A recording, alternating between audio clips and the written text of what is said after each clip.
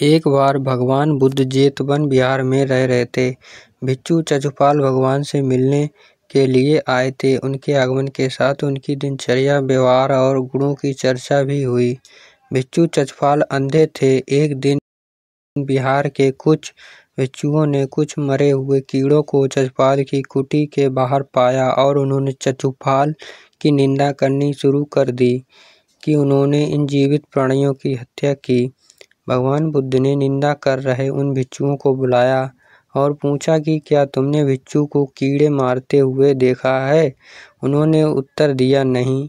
इस पर भगवान बुद्ध ने उन साधुओं से कहा कि जैसे तुमने उन्हें कीड़ों को मारते हुए नहीं देखा, वैसे ही चचुपाल ने भी उन्हें मारते हुए नहीं देखा और उन्होंने कीड़ों को जानबूझकर नहीं मारा है, इसलिए उनकी भर्त्सना करना उचित नहीं है।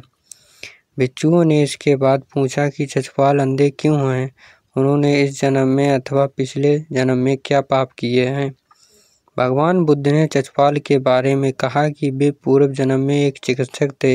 एक अंधी स्त्री से उनसे वादा किया था कि यदि वे उनकी आंखें ठीक कर देंगे तो वह उसका परिवार उनके दास बन जाएंगे। स्त्री की आंखें ठीक हो गईं, पर उसने दासी बनने के भय से मानने से इनकार कर दिया।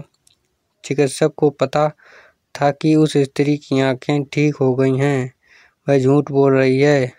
उसे सबक सिखाने के लिए, बदला लेने के लिए चतुपाल ने दूसरी दवा दी। उस दवा से महिला फिर अंधी हो गई। वह कितना ही रोई पीटी, लेकिन चचुपाल जरा भी नहीं पसीजा। इस पाप के फलस्वरूप अगले जन्म में चिकित्सक को अंधा बनना पड़ा।